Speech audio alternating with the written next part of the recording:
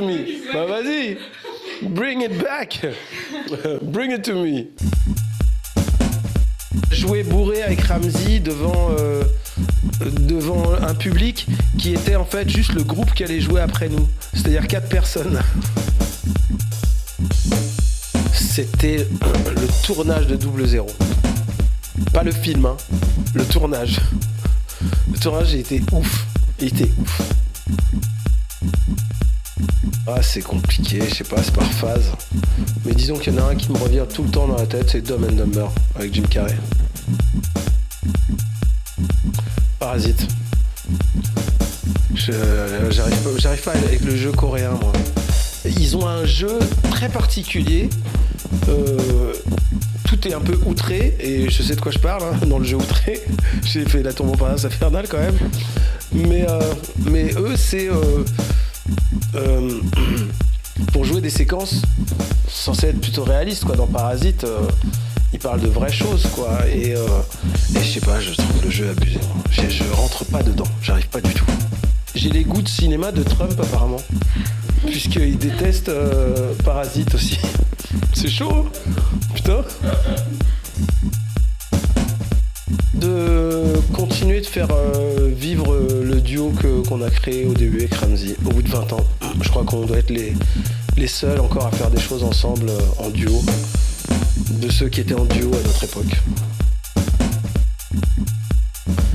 La liberté de choisir ce qu'on a, enfin à notre niveau, la chance qu'on a eue, c'est de réussir assez vite, et du coup de faire les choix qu'on veut finalement, comme les bons choix comme les choix de merde. Donc on a fait Double Zéro, qui était un film de merde par exemple, mais on a eu le choix de le faire et de se dire tiens, on va aller tourner au Venezuela, on va aller tourner à Londres, dans les studios de James Bond, à Cannes, Saint-Tropez, tout ça, c'était super fun.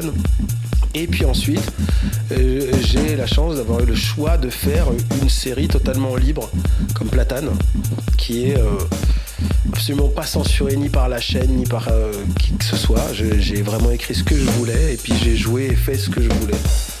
Donc c'est super de cette liberté, c'est incroyable. Phoebe Waller-Bridge. J'ai vu ton regard complètement perdu.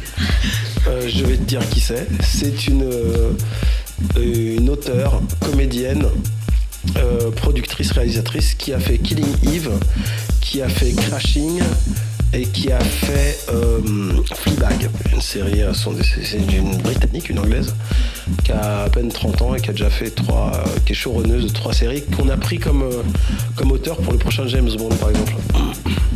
La meuf elle est solide, très solide. Ah là, en ce moment j'écoute At Last, c'est de Ella Fitzgerald. C'est un vieux morceau quoi. Alors c'est pas de vacances, mais prochaine destination c'est demain matin, je pars en Afrique du Sud. Mais de travail. Se laver les mains tout le temps. Ah pardon, dans le cinéma, d'accord, ok, pardon. C'est de se barrer de ce milieu parce qu'il est mort. C'est ça, je pense. À moins de faire un X-Man. Sinon, c'est compliqué, je crois, aujourd'hui, de faire des films, de les monter déjà, puis ensuite qui sortent, puis qui marchent. On voit même avec les grands noms de la comédie récemment, là, les derniers Danny Boone et les locomotives de la comédie française, ça rentre plus trop là. Donc les jeunes qui regardent des objets cinématographiques, enfin des œuvres, ils sont sur leur plateforme, ils sont devant leur ordi, ils sont sur Netflix, bientôt sur Apple TV ou sur Amazon Prime ou sur Disney+, qui arrive en force. Le cinéma là, il faut qu'il se réinvente, il faut que ça devienne un lieu de vie, qu'ils arrêtent de vendre que du popcorn, qu'il y ait des bons petits restos, qu'en plus il y a un air de jeu, qu'il y a un truc, j'en sais rien, mais qu'il se passe des choses dans le cinoche pour que les jeunes y retournent quoi, parce que là c'est hoche. Donc les jeunes qui veulent se lancer dans le cinoche tout de suite, qu'ils l'arrêtent et qu'ils se lancent dans les... Ouais, enfin, il peut faire des films, mais pour les plateformes quoi. D'après la fin de la saison 3 quand même, c'est compliqué d'aller faire une saison 4. Mais on a d'autres idées. On a envie de faire, je suis en train d'écrire un film pour Ramzy, Jamel et moi. Une sorte de revival H, mais pas H. T'as vu, ça veut rien dire. On sait pas ce que ça va être du coup. Surprise! Bouffer une petite gourmandise. Je sais pas, un truc mousse au chocolat, un truc comme ça. Je vous conseille à tous de bien regarder tous ces courts-métrages parce que je les ai tous vus et il y a 3 perles exceptionnelles. Donc, qui vont vous faire frissonner, mourir de rire, et puis une autre qui va vous toucher très profondément. Vous allez voir, moi personnellement, j'ai chialé. Donc, je vous conseille à tous de foncer, aller voir ces 60 courts-métrages. Il y en a 60, c'est ça ? 62, excuse me. 69. 69, comme par hasard, encore une fois. Ça vient de toi encore, mais super. Et donc allez-y.